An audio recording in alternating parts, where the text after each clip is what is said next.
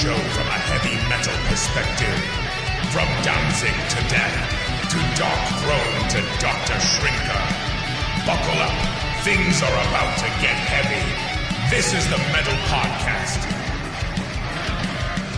Let's rock and roll.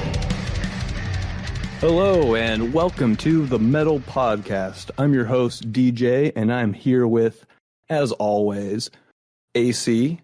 Thank you for all being here, and I gotta say, I'm proud of the show already. I'm proud of the work we're doing, and we're even going to ask for your help and participation as well going forward. We've already hit the ground running, literally pounding the pavement, and we'll be delivering a little investigative reporting and possible breaking news this afternoon. And at this moment, I definitely feel about as, or even a little more useful than a screen door on a submarine. And now, AC, take us back. Take us home. Well, I couldn't agree more with everything you said, but of all the podcasts that I've been on, this is the first. So I've been working pretty hard all weekend trying to get the presentation right for this show. And before we had our anonymous but very generous voice actor who had been nice enough to record some lines of dialogue for our intro, I was kind of messing around with AI text to speech to see, well, I don't want to hassle anybody and just say, hey, do you want to come and do this thing for us? Because, who are we? We're nobody. We don't have any social credibility or anything like that. And I wanted to have the whole presentation going forward. So I just said, you know what? Let's see what I can muster up with the powers of technology. And I found some site that does deepfake AIs. And one of the ones that I saw was Dexter's dad from the show Dexter's Laboratory. And Laboratory. Right, sorry, Laboratory. Yeah. And I thought, you know what, that could be pretty good. I like that. And it was the exact lines as played in the intro that you just heard, but I'm going to play for you. Remember those lines, and this is how it came out for the Dexter's Lab version. Ladies and gentlemen, this is a paper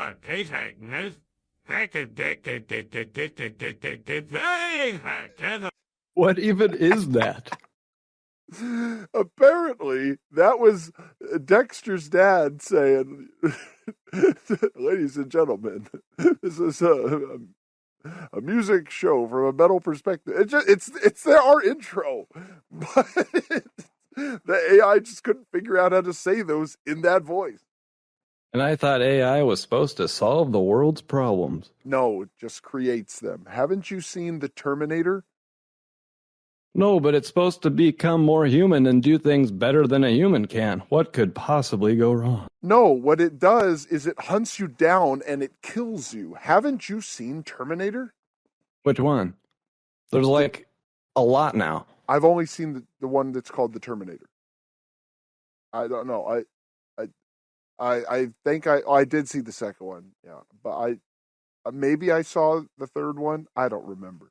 Who cares? I think it doesn't matter. None of that matters. But I think we were warned about this problem almost 40 years ago. Yet, welcome to our music show, everybody. Anyway, let's not get too off topic. What do you want to lead with? The floor is yours. I gotta, going back to our very big debate last week. I think you're really gonna love this one because we did some research this week and discovered quite an amazing revelation, as you might say. And it's in regards to the little bit of the t-shirt conversation we were trying to get through last show. If you possibly recall that encounter. Well, what we have discovered after thorough investigative reporting, it has been revealed that a Metallica or even an Iron Maiden shirt is more fashionable than a Drake or even the Weeknd shirt. So it's a fashion issue. You know what I would Uh, actually, you know what I actually think is the real reason behind that, and this goes back to the thing that I said last week, where there is nostalgia specifically for the '80s. There's no real nostalgia in general, like, oh, people have nostalgia for whatever era. Like, people that didn't live in the '80s think '80s stuff is cool. So it's probably more so that they don't know what it is, apart from it is something that they recognize as a brand of whatever it was in the '80s. Like, I've seen people with like the old school Return of the Jedi VHS cover, but baseball shirts.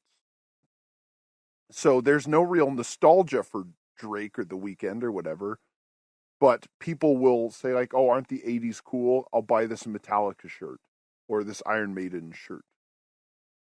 So it's specifically just more '80s stuff. You know, pick a property, and it's always like the same things. It's always Metallica, Iron Maiden, Back to the Future, Star Wars. It's never like, where are our '80s uh like David the Gnome shirts? Where are our Monster Squad shirts? Where's some like real good deep cut '80s stuff?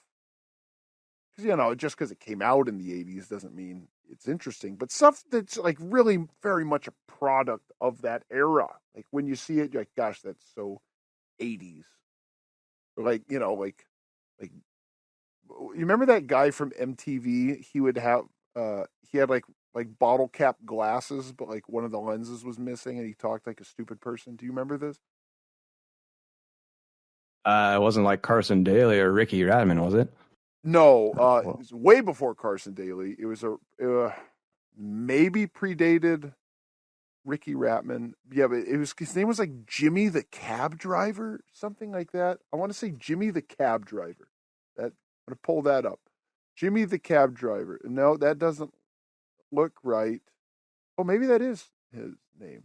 Yeah, that is his name. Jimmy the Cab Driver, MTV, Feed the Fish. I'm gonna type that in. Feed the Fish. I think that's him. Is that him? No, that's not him.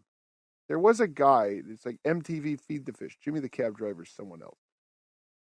Or Randy of the Redwoods. That's his name. Yeah. I watch MTV every morning, and, you know, and about lunch, I feed the fish, and, you know, and I feed the fish, and I watch MTV. That guy. Yeah. Dude, VJs used to be a cool thing. Are there? Okay, so this is something I heard a few years back. I heard MTV wanted to go back to being like like classic music television, where they were going to be a music based TV station. Did that I mean, it ever? is in the name, Yeah, but but they see, just do like 16 and pregnant and all that yes, type of crap. yes, but because there was a point where MTV, because MTV started to get some like edgy TV shows, and it really started with The Real World, which my sister used to watch that, and I never got it. I kind of liked Road Rules, but like the Real World, I never got the appeal, and people would just like be glued to their couch watching that. And then they started to get more edgy stuff. Do you remember the Idiot Box? No, but I remember Liquid like Television? Room Raiders and Next and like those kind of dumb dating ones where you'd like go on a date with like the Someone with parents would like no watch legs. like exactly. Yeah. You go on a date with someone who has like stage 4 liver cancer. The parents watch. That would actually be kind of an interesting show. You go out, It was either you go that on a blind date. or You go on a blind date with someone, and it's the most awkward thing as possible. Wasn't there a show called like Bad Date or something? And they had like comedians like pretend to be terrible blind dates on a show. Was that a thing? It's called. Yeah, they would like try to do interviews at like high schools to recruit people and like, oh, this is real, but they would actually just try to have No, actors. that's not what I'm talking about. There No? was like an actual that one? show where they would have comedians pretend to be a blind date, but the audience knew it was a comedian. And they would like, there was one guy, like the girl comes in and then he pulls out like he's pulling out like flashcards for like things he should say and doing stuff like that. But how about like a show where on our music podcast we're talking about this, but a show where you like someone has to date someone who has like PTSD, and like they go to like a fireworks display. It's like some guy was like, you know, like a military veteran. He like did like 2 tours in Iraq, and like he has like 12 confirmed kills, and like 3 of his best friends died. Yeah, we're gonna have to create some waivers for that. Well, you know, the person doesn't know that it's an act. But you know, it's like we have an actor playing this person. I think that would be funny. But he thinks the gun is loaded. Yes, exactly. Yeah. No, I don't like that idea. But I like where your head's at, though. It shows that you are, you're actively trying. But well, I'm trying to get in touch with what MTV has become, and you know, I don't understand, you know, what I'm not going to do like what the kids are into, because nobody cared about all that stuff. People liked like 80s to mid 90s MTV. Anything around, I know there was like early MTV, people still like that too, but like the sweet spot was like the late 80s to early 90s, like, you know, when you have like Liquid Television, Beavis and Butthead, Celebrity Deathmatch, and then everything else was actual music television. Well, that's what I was going to say. I was going to say Beavis and Butthead. Now, I don't think it's on MTV now, but originally it was. It's on Paramount. It's on Paramount, but it's made a resurgence. A movie, a season, and I believe they're coming out with another second. That movie is so good. I'm so happy with that movie. And I watched the episode where Butthead takes he's like taking like Ritalin or Adderall. Oh, it's so funny. But Beavis like, aren't you gonna hit me? Now, why would I do that? You're my friend, Beavis. I like when they were old, and then Beavis stopped getting welfare, so he had to get a job helping someone who was helpless, and it was Butthead. He was making him work. He's like, I'm doing this for us, Beavis. So funny. Oh, it's a great show.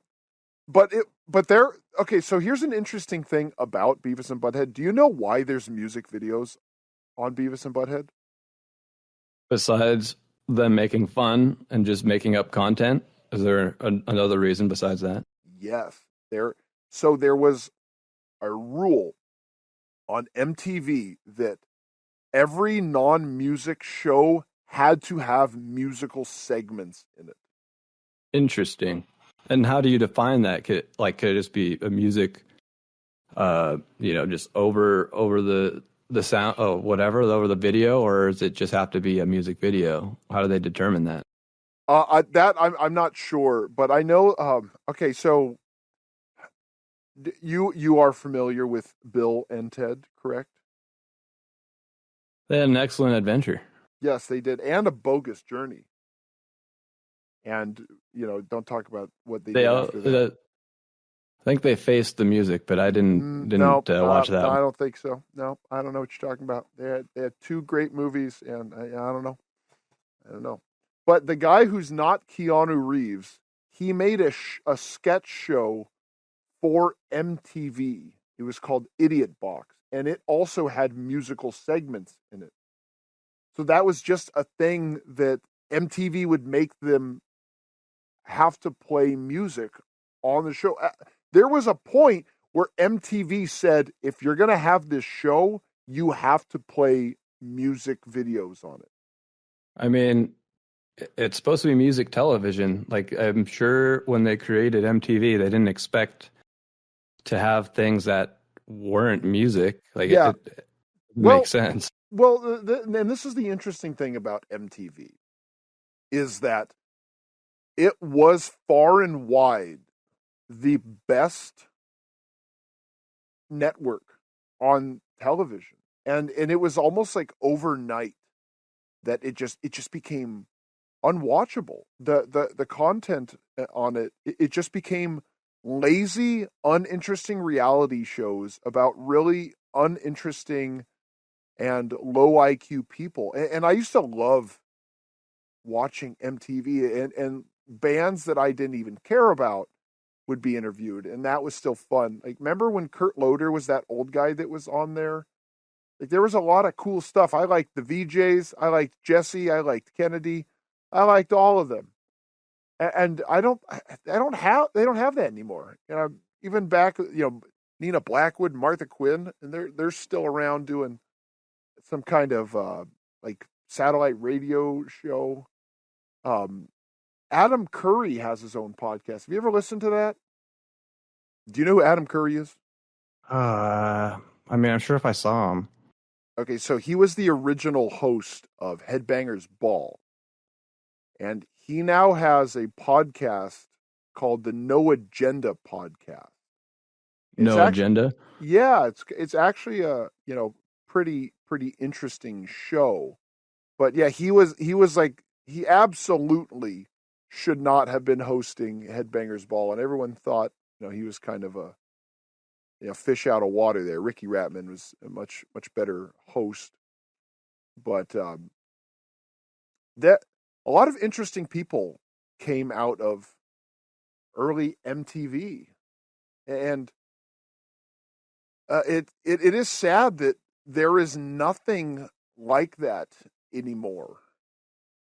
Like, you'd think that some void like that would have been filled, because there was a short period where VH1 kind of picked up the slack. VH1 put out a lot of interesting stuff. There was in the mid 2000s, in the summertime, I used to watch late at night VH1 Classic, because they would show old, like, 80s and 70s rock music videos, and then they would show full concerts, and it was great. But VH1 just ended up going the way of modern MTV, and I think that is mostly due to just the decline of music and its effect on our culture, where you didn't need to have 24-hour music-based TV station, because there wasn't 24 hours worth of music that was being put out.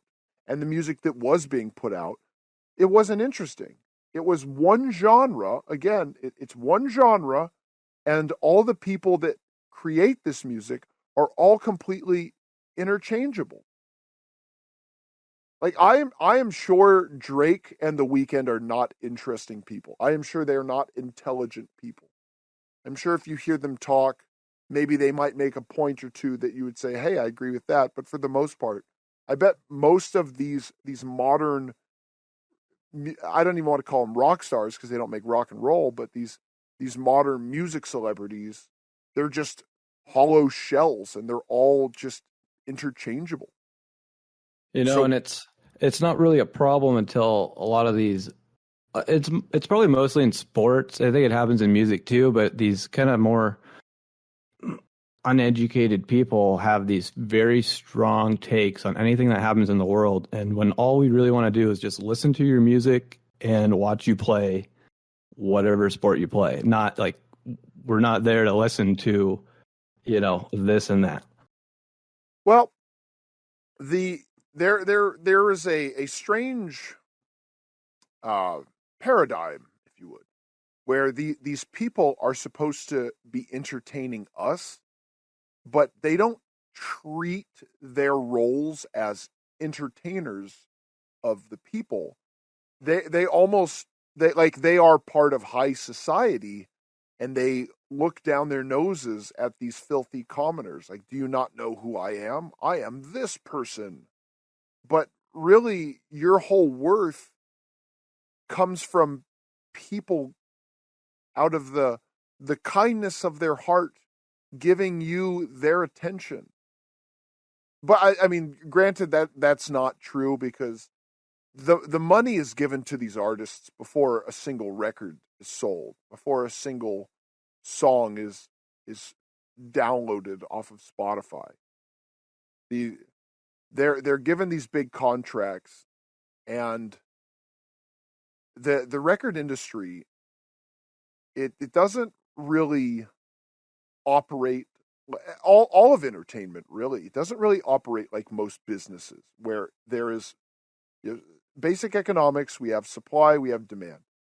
They're supplying the people with what they're telling them that they should demand instead of what people actually want. Remember when we used to have that want for, like, where are the metal bars? Where are the good metal acts? And then people would always say, well, it's all in Europe.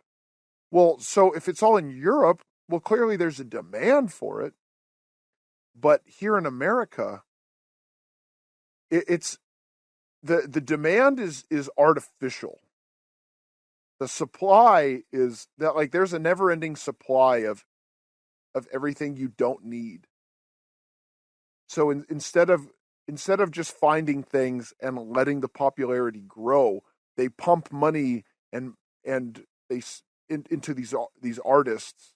I don't even want to call them artists because they don't make art. And they spend a lot of money on marketing, and then people are just aware of it, but it doesn't have any actual popularity. It's like the difference between being rich and being wealthy. I think that's the best way to describe it, where people listen to these artists, but years from now, people aren't going to look back and say, geez, remember Drake? They're not, like, no one's gonna do that for the way that, I pine for Ace of Base. Like, people are still looking back on several 80s groups. Like, constantly, all these bands have these huge resurgences, and it's bands from the 80s. And not just that, but bands that sound like 80s bands make a big resurgence. We're not gonna see 60-year-old Nicki Minaj and Iggy Azalea doing butt dances for people in at the Forum or Madison Square Garden, the way that Depeche Mode can sell out the Hollywood Bowl. It's not going to happen, even though those two artists make a lot of money and have probably won Grammys that they didn't actually earn. So there's no need to have an MTV anymore. So they've just started filling it with, the MTV was on this trajectory where they started putting non-music related shows, and that just replaced the music. Do you remember, I don't want to do the whole member berries thing, but do you remember Say What Karaoke? It sounds really familiar. Okay. Do you remember the Mighty Beach House Tiki God? No. Okay, all right. Well, these were things from. Do you remember MTV After Hours? I do remember that. Okay, yeah. So from midnight to 6 a.m., MTV would do straight music videos, and it was just stuff that was popular at the time. I have specific memories of seeing the video for "Save Tonight" by Eagle Eye Cherry, then "Tonight" by Smashing Pumpkins, then "Enter Sandman" by Metallica. I specifically remember that, and that's a pretty big variety. Like I say, that's a pretty big range of music. Yeah, Yeah, it's not just here's the top alternative bands, and that's it. No, it's pretty good range. Oh, and and you'd also see the video for California Love in the same block. It was just the stuff that was popular at the time, and the stuff that was popular was just all around the spectrum. And that the spectrum is gone. It's just a line now. Go ahead. Good. I was gonna say, even with like Beavis and Butthead, they would have like a Morbid Angel video and then like a Duran Duran video. Like they would make fun of pop, the Bangles, death metal, King Diamond. Yeah, they'd have Flock of Seagulls. Like they'd have but you're right. Like Entombed. Today, there's no variety, and something that we were talking about last show was that there's not these rock stars out there pounding the road, and now like the pop stars, rappers. They take these private jets and luxury buses everywhere. And I don't know if you caught the Super Bowl this past year, but I did not. They had an interesting commercial. And, I know how much of an avid sports fan you are. And since you missed it, I'll fill you in. I'll fill you in. So this commercial of showing everyday people and they're in like a work setting and they start comparing themselves, to a rock star. They're like, "Oh, Kevin, you're a rock star." And then they give each other like a high five. And then you see like Paul Stanley from Kiss sitting there just shaking his head like, "You're not a rock star," So it was just really funny. And I think they even had like Nikki Sixx in there or someone like that. But with his wig, he was making a flapjack. Was his wig making a flapjack? No, but it was kind of funny being like, it made me think like everyday people. It's like, you're not a rock star. Like, oh, just submitted that test. Oh, you're a rock star, Eric. Oh, yeah. Go get him, Laura.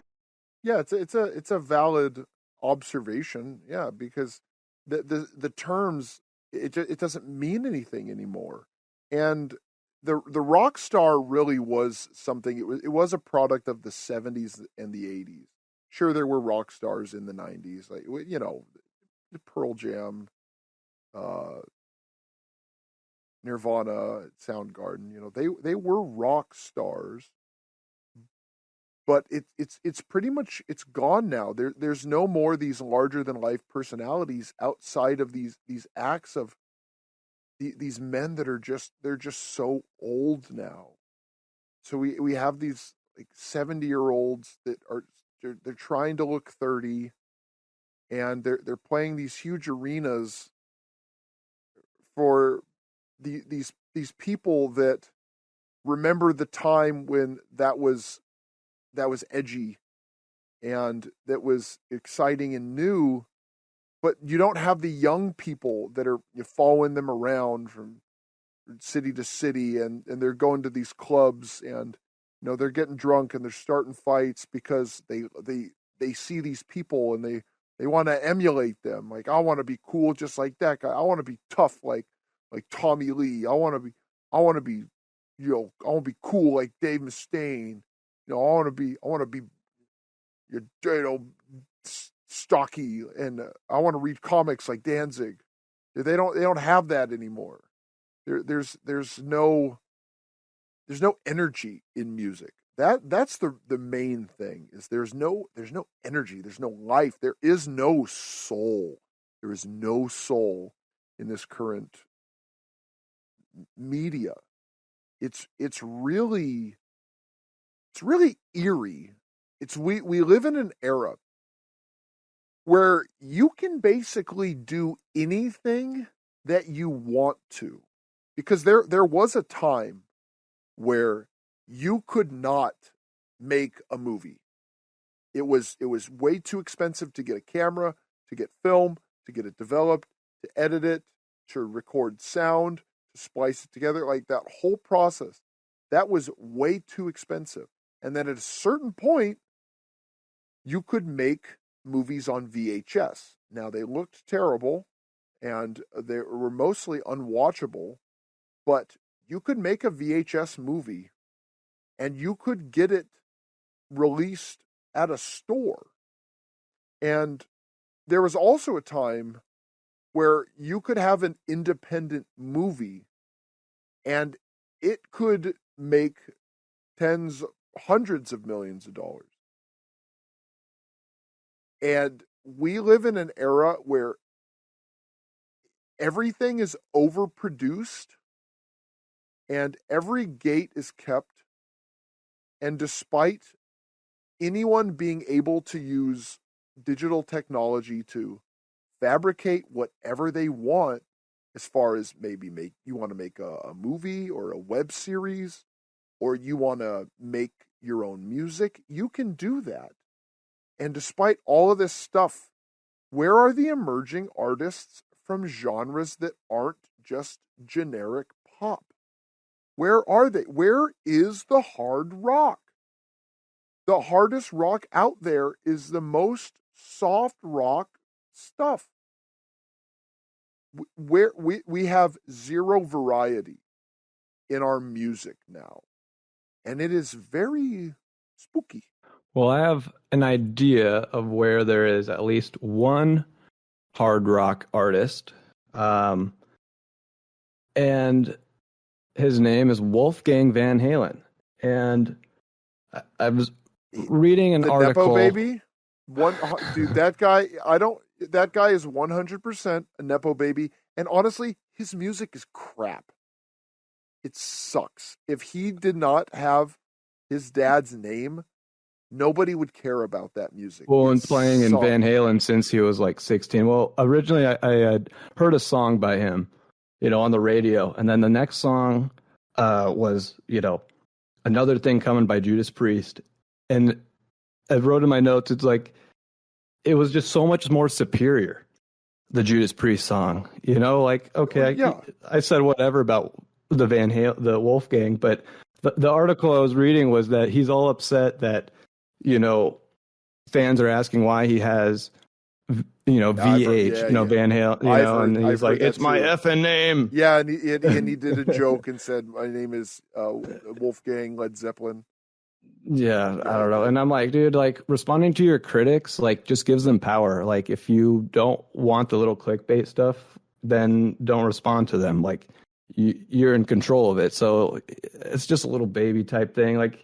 You would think that the next generations, because I think even Scott Ian's kid has a band, or they're doing stuff together. The Lars Ulrich, that's gonna be great. Well, can't wait to listen to that. And then, but I like Tom Morello's kid. I mean, all this stuff is nothing we care about. Named but a bunch that's of the next people that I just despise. Oh, I know, but but I know they have kids.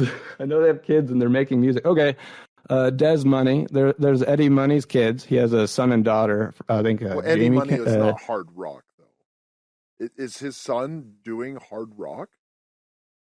I would be surprised. They featured his son's song on MLB Network because one of the people that works there is a fan of Eddie Money. Well, and I think they even had Des Money on. So they're I guess kind of putting him up as a person. So I don't know. I can't really. I ask you one question, and I always get a different answer. I remember the third river is Joan Rivers. Okay, all right, that's pretty good. Pretty good. Yeah, well yeah. Clear Rivers. Damn it, now I forgot the first River Phoenix. River Phoenix, and then Joan Rivers. And I think that was in under 5 seconds. Yeah, pretty good. No, it was that's better. That's better. It was 8 We'll try days. it next time. Yeah, it was 8 days, but this, yeah. No, I said, is the music hard rock? I didn't say did they play it on the baseball network. It had like a little groove to it. So probably no. So no, okay. Probably no, but he is Eddie Money's son. But we're not talking about the Nepo baby. Bob Dylan's son, the one headlight. I know a guy that saw the Wallflowers in concert twice, not by choice, but because they are bands that he wanted to see open for the Wallflowers. And he said both times they were not only the most boring band he had ever seen, but one of the times Jacob Dylan said, "Come on, guys, you got to get into the show." They were that boring. He had to tell the audience. That'll really get you going. Yeah. That's like the please clap of the music industry. Poor guy. I don't say poor guy. That guy's only successful because his dad's Bob Dylan. And I don't even like Bob Dylan. I do know one guy that he thinks the Bob Dylan version of Along the Watchtower is better than the Jimi Hendrix version. And although I'm not a Jimi Hendrix fan, that is just fundamentally false. Well, it's interesting you brought up Hendrix because I saw that Lemmy was actually a roadie for Hendrix. And according to Lemmy, he's Hendrix was the best guitarist. Clapton couldn't touch him. He's you would never see anyone better than Hendrix. And even he's like said something about his hands being really big. Like they're as big as like 10 frets or something. I don't even know what that means, but something to where like dude, he's just amazing, I guess. every baby boomer says that stuff. They always say that, like, Eric Clapton is the greatest guitar player of all time. Jimi Hendrix said that the guy from ZZ Top, Billy Gibson, I don't know, I think it's Billy Gibson. He said he was the best guitar player of all time. They always say this crap, and it's never true. It's just baby boomer hyperbole. Who is the best guitarist of all time? Well, I mean, that's all subjective, but like Steve Vai and Eddie Van Halen are better guitar players than Jimi Hendrix. Well, I guess Inge Malmsteen is a better guitar player than Jimi Hendrix. But I think Marty the point Friedman is that is probably a better guitar player. but there is music that is objectively bad, and I was thinking about this too. That you know that I would. Oh well, before you go on, I will say top 40 now. I would say is objectively bad. I know people like The Weeknd. I'll leave The Weeknd out of this, but the Megan Thee Stallion, Iggy Azalea, Drake, all of that. I would say that is objectively bad.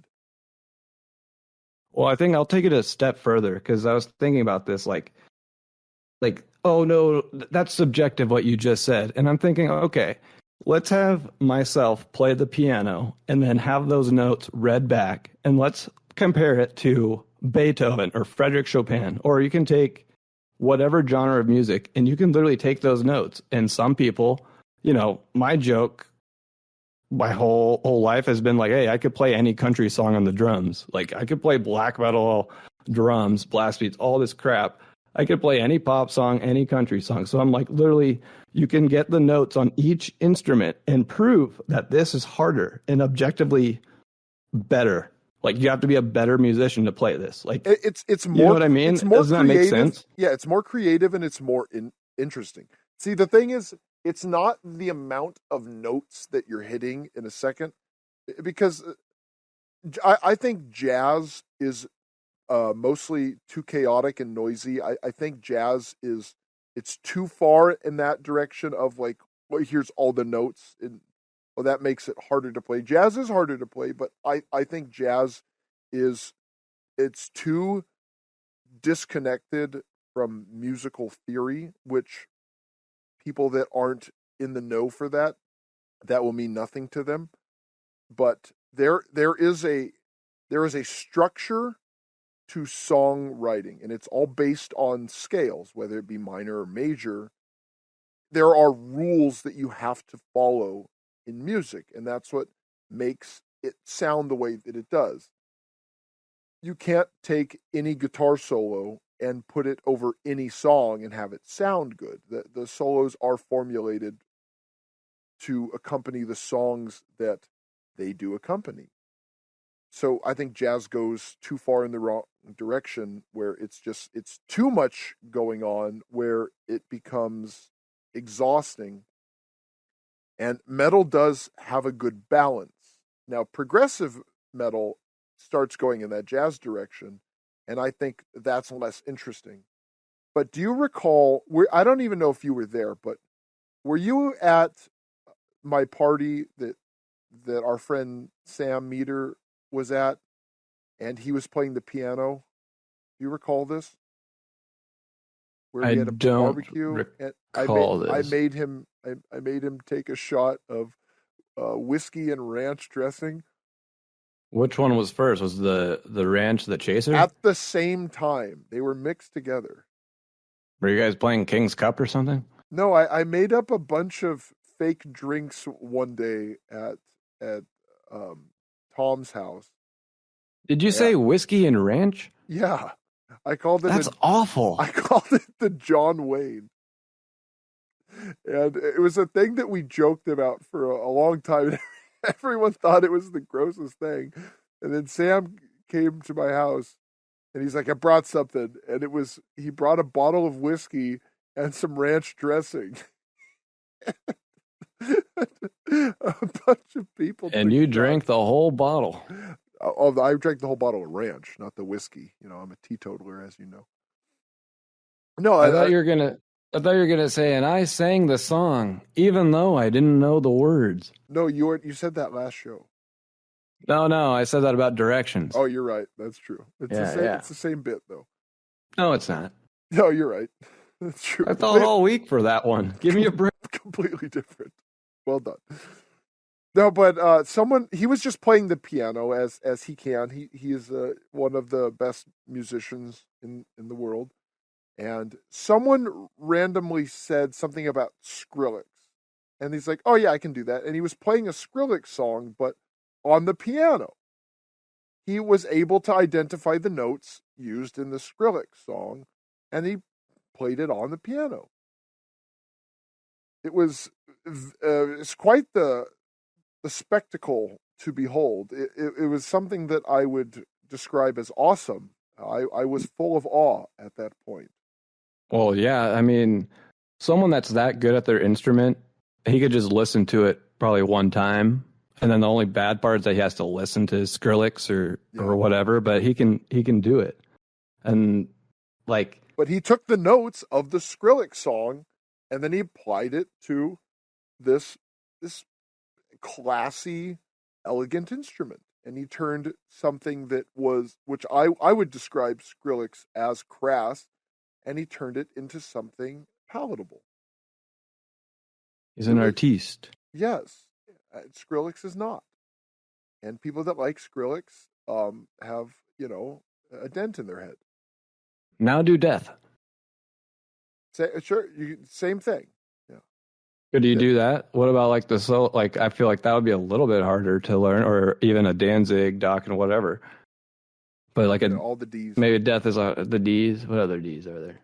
Danzig. I already said that. Dimmu Borgir. Dimmu Boring. Children of Boring. It's a lot of boring. Okay, I got one. Dark Angel. Dio. Dissection. Dark Throne. I guess that's kind of a. Well, yeah, Dark Throne. Kind of a cheat. Yeah, well, yeah. There's too many with dark in the name. I guess Death Angel, but I think Death Angel is not very good. No, but I kind of get confused about is the transition of the Misfits and where Danzig fits in, and how I still see Misfits shirts. That's the other shirt that I see often, and it's by people that I know, and I even see tattoos, and I'm like, I don't think that's a band. They think it's like a brand or something. That's very possible. The Misfits was at one point possibly the most merchandised band next to Kiss, where Kiss has literally merchandised everything. The Misfits was a close second. Are they like the Misfits are like Kiss's evil brother or something? No, but just Kiss has put everything out. There's a Kiss coffin. You've seen that, right? Yeah, and I think they sold their discography, or what do they do? Didn't they sell all their songs, or isn't that's a new thing artists are doing? Yeah, that is a new thing. I saw that they did that with George Harrison. Oh wait, who does the "My Sweet Lord" song? Is that George Harrison? That sounds right. Ba, ba, da, ba, ba, ba. My Sweet Lord, Hare Krishna. That one. Yeah, I think it's George Harrison. Yeah, that was a new thing, and it's all these dinosaur bands. It's all these people. They're 70, 80 years old. They're doing that, and frankly, what else are they going to do? They can't tour, so they might as well. Well, when they die, they're not going to keep all their money, so they might as well get as much out of it as possible. And then these record labels, they're going to try to milk it for all they can, because this new music, I am skeptical to believe the music really makes money. I know they make money on their tours. They definitely do. I'm not going to say, these artists that I don't like, and I just use the word artist because everybody knows what I mean when I say that, even though I do believe they do not make any art. There's no soul, there's no passion, there's no creativity. Most of the songs are just used to turned girls into porn stars and boys into drug dealers, or in Drake's case, turned them into big babies, cry about nothing. Well, like I always say, rehab is for quitters. And don't do drugs unless you're doing them with me. And I expect you to bring the good stuff, let me tell you. Yeah, don't do drugs. You do always say that. Boy, if I had a nickel for nobody likes a quitter. I know you've been itching to say that all day, but that was a really unfortunate time to bring that up. It's like that Jim Gaffigan bit. Like, you want to talk about that book? I already read that. Oh, I hadn't. I want to talk about it now. Anyway, back to reality. And it's gone. Back to reality. These artists don't have anything interesting to say. So people aren't buying their stuff, but they're listening to it because it's readily available to them. And it's the place to be, and it's a thing to do, because live music is fun. It is fun. But they don't know that they can go to good live music events. And you know what? Probably a big factor, because you go to a Kesha concert, it's all like 14, 13-year-old girls. But one big factor to why these people go to these concerts and not good ones is because the good music is at bars. It's at 21 and up clubs. So the only live music they can see is something at a big stadium. But intelligent people, they know better. And when I say intelligent people, like, don't get me wrong, there's not that many of them left. There are very few intelligent people actually running around. Otherwise, the music industry would look completely different because people would be smart enough to just say no. Cardi B should not have a career at all. I think it is a crying shame that a borderline mentally challenged former stripper had like the #1 song in the world and did an interview with the President of the United States. This is, I understand there are privileges to being a success in music, like Elvis met Nixon. And didn't they shoot guns together or something? Something weird. I don't know. I don't know anything about guns. But that was something I heard. But Elvis was the king of rock and roll. Oh, thank you very much. But Cardi B is not the queen of anything. I know some people might do Yas Queen to her, but Elvis was a big deal. He wasn't just a musician; he was a movie star. He was huge in any country. Like that, like it didn't matter. He's a cultural icon. Everything, the king. Yeah, he is. There are various eras of Elvis where everything about him is iconic, whether it's the 70s white jumpsuit, whether it's the comeback black leather, whether it's, the classic Ed Sullivan, just the big slick back hair. It was a very, he is a huge piece of American culture, and he got to meet the president. You don't just let someone talk to the president. That's ridiculous. It needs to be something, a cultural milestone.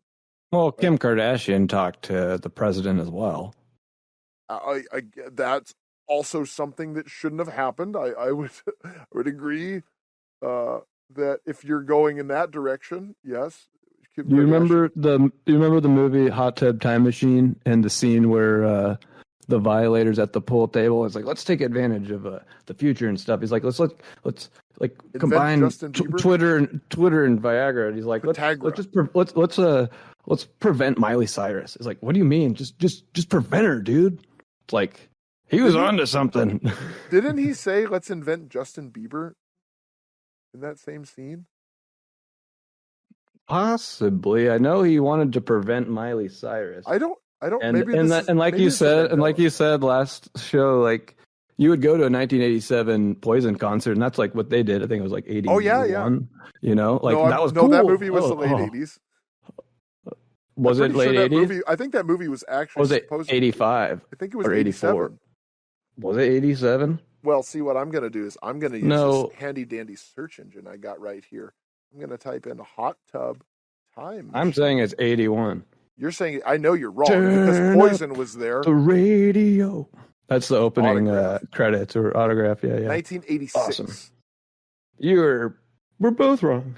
Oh, no, yeah. I'm not letting you get away with that. Yeah, but it's not 1981 because Poison is playing Nothing But a Good Time in it. That could be the giveaway. reason. Yes. The darn squirrel. All right, let's see. Nothing But a Good Time. Okay, well, it says 1988 single by Poison. So, yeah, I did. Yeah, on the Less Than Zero soundtrack. I don't remember that song being in that movie. I don't know. I've only seen that movie once. Yeah, so it says 1986, but yeah, and that is something that actually really bothers me when they have songs from the wrong era playing in a like a flashback movie. Yeah, I guess we just figured something out. Yeah, the filmmakers are hack frauds. I think we should write them a strongly worded letter that their film Hot Tub Time Machine is unrealistic because they had a Poison song that was 2 years before it came out. Oh, gosh. Yeah, better check yourself before you wreck yourself. You know. Okay, and you know what? Let's be fair. It's possible that Poison was playing the song. So Scissors recorded in 1987. It's possible that they had been playing the song in clubs, but I'm going to go ahead and say that Poison is definitely like only got popular with the rise of hair metal, and that didn't happen until probably Theater of Pain from Motley Crue. Yeah, hair metal was around, but it didn't really pick up till the late 80s. Hair metal was very popular for a very, very short period of time. Yeah, so Poison started in 83, and it looked like they got popular in 86. So did you know that Slash auditioned for Poison? I didn't know that. Supposedly, Slash auditioned for Poison, and they wanted him to do something really embarrassing. And then he just said, I'm out of here. Like, he was supposed to, like, spin around and say, hi, Mom. And he just said, all right, I'm out of here. Yeah, I can't see him doing something like that or conforming to something. I can't see Slash doing something that would tarnish his reputation. Oh, wow. Okay, so it looks like Poison has the same lineup, like, since 1985. They've had the same lineup for almost 40 years. Yeah.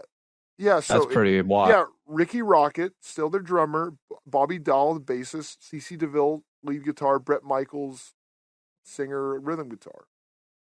That's insane. Good on them. Yeah, that's actually a testament to them. I mean, wow, I don't think any other band like I'm thinking of like Megadeth that's had like 500 members. Like everyone's been in Megadeth, yeah. or even like Megadeth has 0 original members. Or 0. Yeah, right. It's Dave. Yeah. And Metallica. For give them credit. Their bass player died. I'm sure if Cliff Burton were alive, he'd still be in the band. I think Metallica has to be the most overrated band. Maybe we could have a poll or something like that, have people weigh in on it. But I was thinking of like the most underrated band. And for me, off the top of my head, I have to think of Wasp. I think Wasp is the most underrated, with Metallica being my most overrated band. I don't know what you think. I was talking to one of our old Black Castle friends, not too long ago, and I brought up Wasp, and he said, "You know what? I was listening to Wasp, and I hadn't ever really gave them the attention that I think they deserved, and I really thought like this is a really masculine, tough band. Like these guys, like this is really like macho. Like this sounds strong. Like these guys don't sound like the rest of the LA metal bands of that time." And they, like he kept like harping on specifically how masculine they sound. And Wasp does not, they do not have that many bad records. I think Hell Dorado is bad. And it's bad like later AC/DC is bad, where they're just trying to do the same thing they always do, but worse. Where like it sounds like Wasp, but the problem is they're trying to be edgy, where it's very clear that Wasp is no longer an edgy band. And that's why the album that came after it, The Dying for the World, was a little bit more somber and more serious, because he realized, okay, I can't do this dumb crap anymore, because nobody cares about edge anymore. Nothing is Well, nothing is edgy.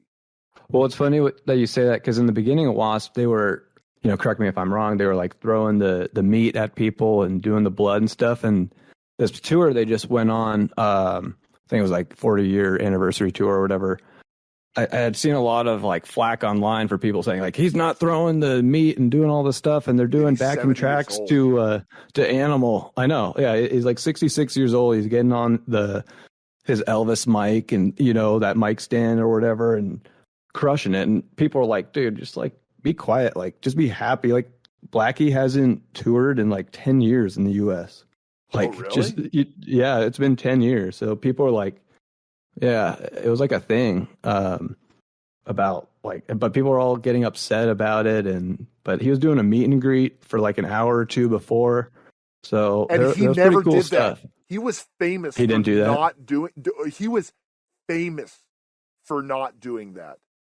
Like, no, they were asking him stuff like, how did you feel after like writing the Crimson Idol and blah blah blah, and like he said like it was such a hard record to like produce and all this stuff. It was so tough. That wasn't supposed to be a Wasp record.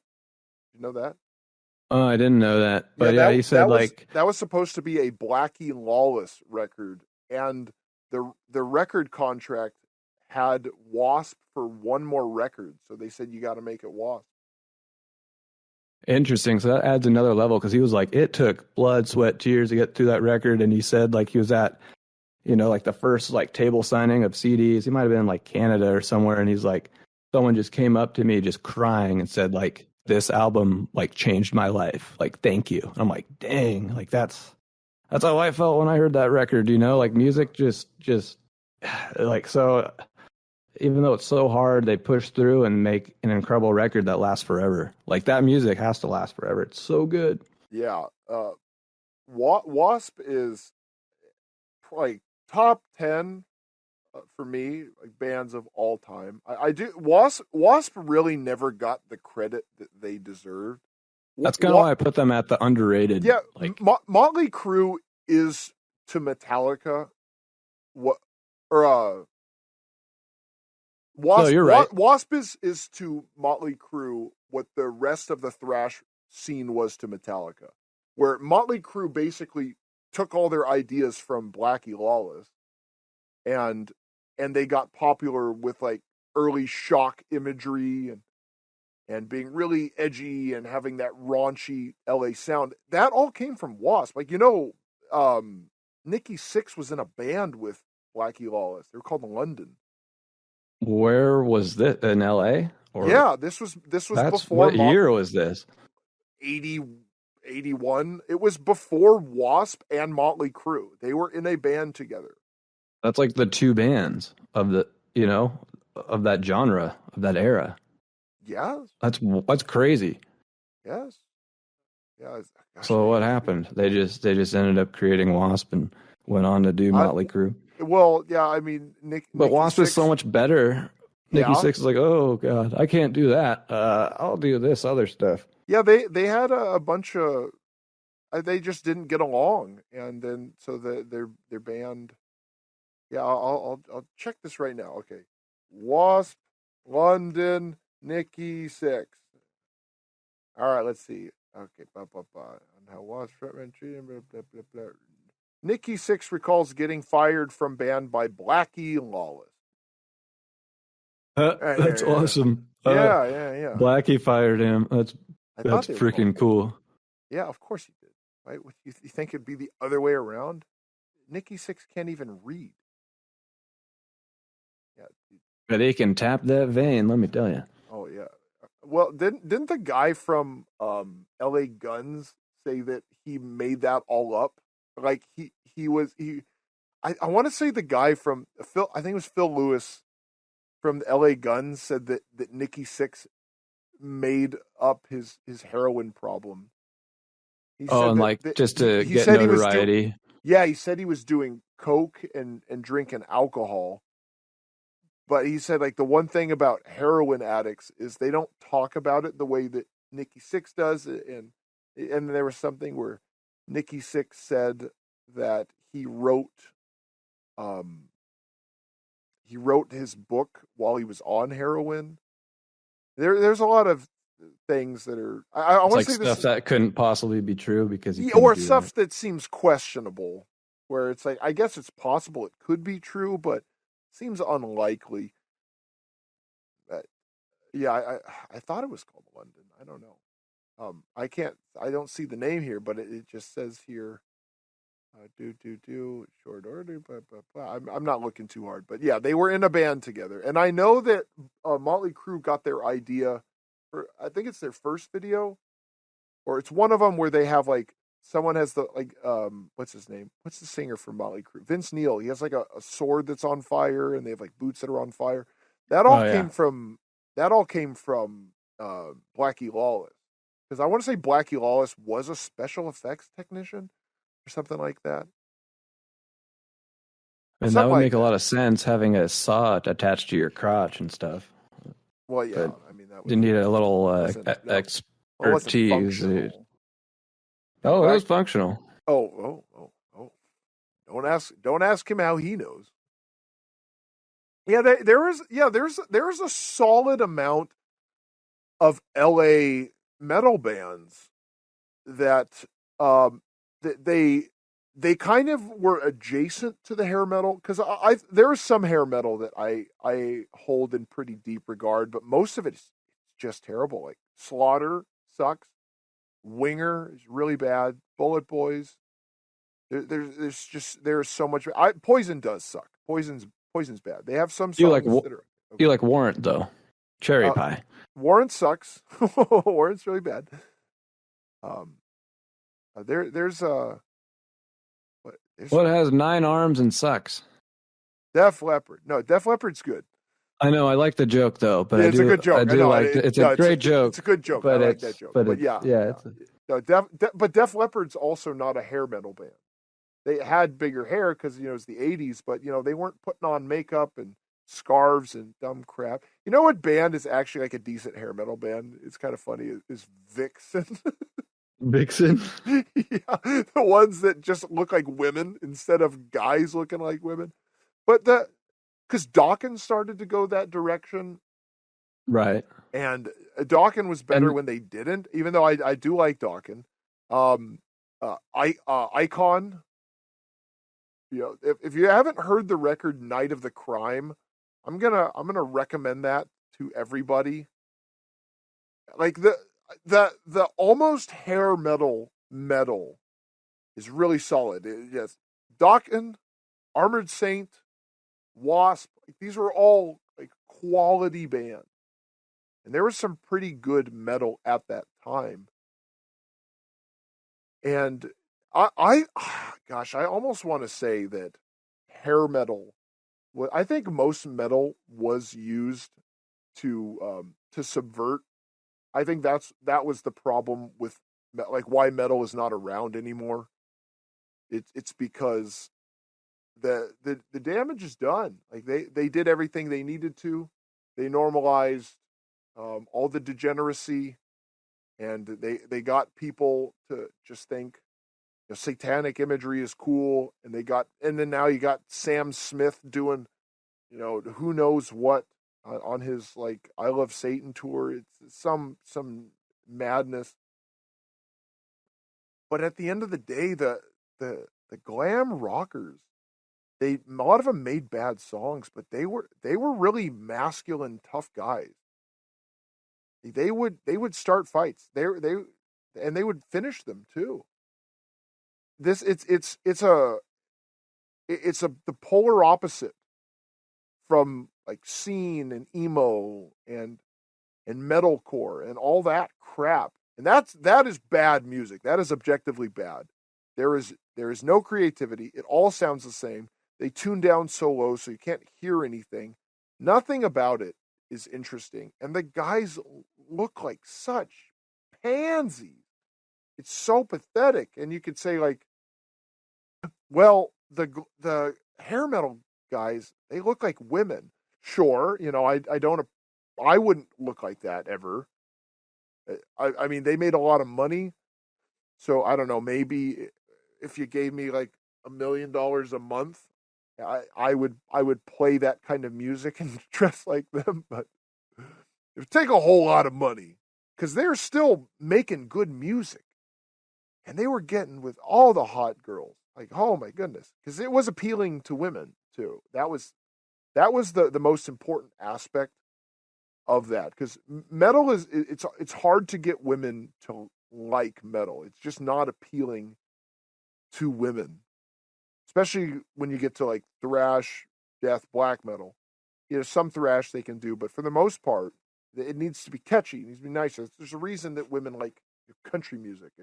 That's their go-to thing, and not like, oh, what's your favorite band, Caitlin? Like, oh yeah, I'm a big fan of Mortician. I really like amelodic death metal. That's my go-to. That doesn't happen. And if it does happen, there's something wrong with that girl.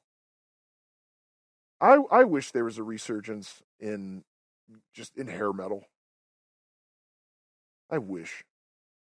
Do you know about Vinnie Vincent? Benny Vincent. Why does that sound so familiar? He was a guitar player in Kiss in the 80s. Yeah. He was What about him? he had a band called the Vinnie Vincent Invasion. He was a good musician, very good musician, but he is a crazy person. Look him up now, and you know you will be a little surprised. But they didn't want to deal with him. Because he's cuckoo, and so the band left, and that band was Slaughter. I don't know if Slaughter is still around today. I'd be shocked if they were. I feel like most of those guys just have regular jobs, even though a lot of these bands, they're 60-year-olds and they're still touring, doing tiny clubs for $8 a ticket. Out there in somewhere in Sheboygan, Wisconsin, you can go see Slaughter opening up for I think it says that it's a Vinnie Vincent invasion, Vinnie Vincent 84 to 88, and then 2023 to present. So he recruited bassist Danish drum. Look at the members in until 1988. Look at who those members are. And it's just the band Slaughter. Yeah. Mark Slaughter. Yeah. Stupid name. It's a great last name. Yeah. Well, if that was actually his last name, it'd be funny. Just, I am Mark. Mr. Slaughter. No, just call me Mark. Mr. Slaughter's my father. That would be funny. But no, that's a made up fake name. No, I would love a resurgence. Slaughter opening up for Europe. Do. The final countdown. Yeah. They had another song that was like another hit. The final countdown part 2. That was it. You're right. The final countdown part 2. Who could forget? Well, I think we can just, start winding this down. So is there anything you'd like to say? And I think we covered some stuff. We'll keep it brief. We'll do a little better next time. Next time will be better. Yes. Be longer too. Yeah, something that we haven't mentioned yet is kind of how they tried to incorporate metal and even rap together. For instance, like Anthrax and Public Enemy. I think that'd be an interesting. Yeah. Okay. Yeah. Well, you put a pin in that. I have some thoughts on that. I have some pretty good ones. Yeah, we'll do that. I think. And I like John Bush as the singer of Anthrax more than Joey Belladonna or anyone else. Every singer Anthrax has had. Oh, you remember that singer we had to see? It wasn't. Yes, I do. He was terrible. They played the Sound of White Noise though a little bit. They played 2 songs for him. Only. Yeah, it's a good one. But he was terrible. It was awful. Terrible.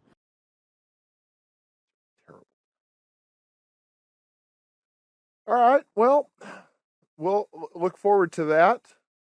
So, you wanna say anything to the nice people? Well, thank you again for enjoying and listening to the Metal Podcast. I'm your host, DJ, and as always, we're here with AC.